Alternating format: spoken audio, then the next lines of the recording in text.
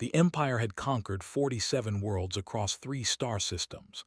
Their warships moved through space like shadows of death. Their soldiers were bred for combat from birth. Their commanders had never known the taste of defeat. When their scouts discovered the small human colony on the distant moon called New Haven, they laughed at what they found. The colony was home to only 8,000 humans. Most of them were farmers. Most of them were old. The intelligence officers reported that New Haven was a retirement settlement. Humans who had finished their working lives came here to live peacefully until death. The Empire's War Council saw an easy target. They saw a world filled with weak and aging creatures who would fall within hours. Fleet Commander stood on the bridge of his flagship and studied the images of New Haven. Green fields stretched between simple buildings. Old humans walked slowly through gardens. Children played in open spaces while their grandparents watched. Four eyes narrowed with contempt. This would not be a battle. This would be a collection. His emperor wanted human prisoners for study. These old ones would offer no resistance. Commanded 3 heavy cruisers and 12 attack vessels. He brought 2,000 ground soldiers. Each soldier stood 7 feet tall with armored skin and claws that could tear through metal. Each soldier carried weapons that could melt stone. For a colony of 8,000 elderly humans, this force was more than enough, or so believed. The invasion began at dawn on a quiet morning. The ships descended through the clouds like angry gods.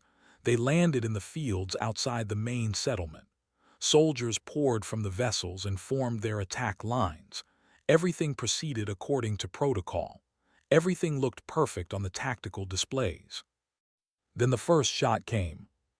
A single crack echoed across the field. A sergeant's head exploded in a spray of purple blood. For 3 long seconds nobody moved. Nobody understood what had happened. Then more shots came. Rapid, precise, deadly. Soldiers began falling in groups. They had excellent armor. It meant nothing against bullets traveling at velocities their technology had never considered. Deep in the tree line at the edge of the colony, adjusted her rifle scope. She was 73 years old. Her hair was white. Her hands were steady. She had served 40 years in the Human Defense Force before retiring to New Haven. She had killed her first enemy combatant when she was 19. She had lost count of the total number somewhere around her 50th birthday. Beside her lay Thomas, age 68, former Special Operations Commander. He directed the ambush through hand signals while his own rifle spat death at the invaders. Behind them, hidden in prepared positions throughout the colony, waited 342 other retired veterans. They had built these positions over years of peaceful retirement. They had maintained their weapons out of habit.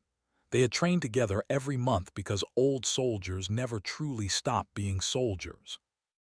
The formation collapsed within the first 5 minutes. Their commanders had no experience with projectile weapons. The Empire had moved beyond such primitive technology thousands of years ago. They used energy beams and plasma launchers. They had shields designed to deflect and absorb directed energy. Those shields did nothing against small pieces of metal moving faster than sound. Screamed orders from his flagship. He demanded his soldiers advance. He threatened death to any who retreated. But his soldiers were dying faster than they could move. They could not see their attackers. The humans fired from concealment, from elevation, from angles the tactical doctrine never considered. The humans moved after each shot. They appeared and disappeared like ghosts. James Wright crawled through a drainage tunnel he had helped build 15 years ago. He was 70 years old with bad knees and a replacement heart. He also carried 4 grenades and a gun. He emerged behind a group of who were using a crashed shuttle for cover. They never heard him coming. They never heard anything after that. The veterans of New Haven did not fight like a regular military force. They had no central command structure. They had no uniforms. They had no formal tactics. What they had was decades of combined experience. What they had was intimate knowledge of every centimeter of their home. What they had was the cold patience of people who had learned that death was not something to fear but something to deliver. Maria Santos, age 65, had once commanded a battalion during the uprising. She had led the defense of a civilian transport against raiders. She had received 17 medals during her career. Now she sat in her kitchen window with a hunting rifle and eliminated officers one by one. She identified them by their ornate armor. She prioritized targets by tactical value. She drank tea between shots. They tried to use their superior technology. They called for orbital bombardment, had anticipated this. The colony's retired engineers had spent years modifying the settlement's power grid. When the cruisers tried to lock weapons on ground targets, a massive electromagnetic pulse surged upward. It burned out targeting systems across all 3 heavy cruisers. It fried communication arrays on 8 attack vessels. Without precision targeting, the ships could only fire blind. They risked hitting their own troops. They risked destroying the prisoners they had come to capture. Commander hesitated. That hesitation cost him everything. Robert, 71 years old, had once served on a ship defense team. He knew how shuttles worked. He knew their weak points. While the ground battle raged, he led a team of 12 elderly humans through the confusion. They boarded a landed shuttle. They killed its crew. They used its weapons against the other landed craft. They destroyed 6 vessels before anyone understood what was happening. The battle lasted 4 hours. They lost 1,500 soldiers. They lost 9 ships. They lost their confidence in everything they thought they knew about warfare. The humans lost 23 defenders. Each death was mourned. Each death was avenged many times over. Commander watched from his flagship as his invasion force was systematically destroyed. He could not understand what he was seeing. His intelligence had been accurate. These were old humans. These were retired farmers. How were they fighting like this? How were they winning? A human voice crackled over his communication system. Someone had figured out frequencies. An old woman's voice, calm and almost friendly, delivered a message that would be studied by military scholars for generations. "You should have done your research," the voice said. "On Earth, we have a saying, beware an old man in a profession where men die young. Every person you see down there survived decades of war. Every person you see down there is still alive because they were better at killing than everyone who tried to kill them. You brought lambs to a den of wolves, Commander, and now your lambs are dead." Ordered retreat. His remaining ships fled New Haven at maximum speed. They left behind the wreckage of their invasion force. They left behind the bodies of their soldiers. They left behind their belief that the Empire was invincible. The aftermath of the battle changed everything. News of the defeat spread across the Empire. A world of elderly humans had crushed a full invasion force. The tactical reports were studied, analyzed, and feared. Human projectile weapons were suddenly classified as high-priority threats. Human veterans became subjects of terrified fascination.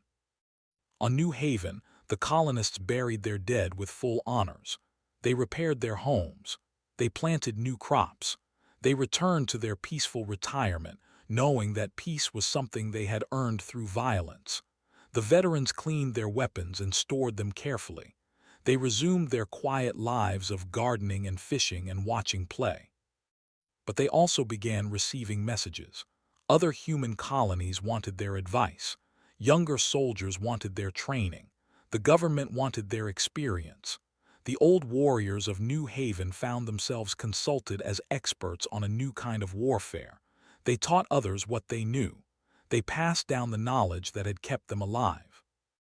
The Empire eventually signed a treaty with humanity. The terms were surprisingly favorable to the humans. Every negotiator had read the report from New Haven. Every commander had studied the battle. They all reached the same conclusion. Humans were not prey. Humans were predators. And the most dangerous predators were the ones who looked weak. Lived another 15 years after the battle. She continued to garden. She continued to teach marksmanship to young colonists. She continued to drink tea every morning while watching the sun rise over New Haven. When she died, peacefully in her sleep, Representatives from 12 worlds attended her funeral. The Empire sent a delegation. They stood in silence and showed respect to an enemy they had learned to fear. Thomas wrote a book about the battle. It became required reading in military academies across human space. It taught a simple lesson that many had forgotten. Age is not weakness. Experience is power. Retirement does not mean surrender. The old soldiers of New Haven had proved that a lifetime of learning how to fight is worth more than youth or numbers or technology. The colony of New Haven eventually grew. More veterans came to settle there. More families chose to build lives among the legendary defenders. The moon became a symbol. It represented the truth that humans carried their strength inside them. It reminded the galaxy that underestimating humanity was always a fatal mistake. Years later, when historians wrote about the first contact between humans and the Empire, they did not begin with a treaty. They did not begin with diplomatic exchanges. They began with a single morning when alien invaders landed on a quiet colony and discovered that human beings never truly stopped being dangerous. They began with the catastrophic defeat that taught the universe a lesson it would never forget. Some species fight to survive. Some species fight to conquer.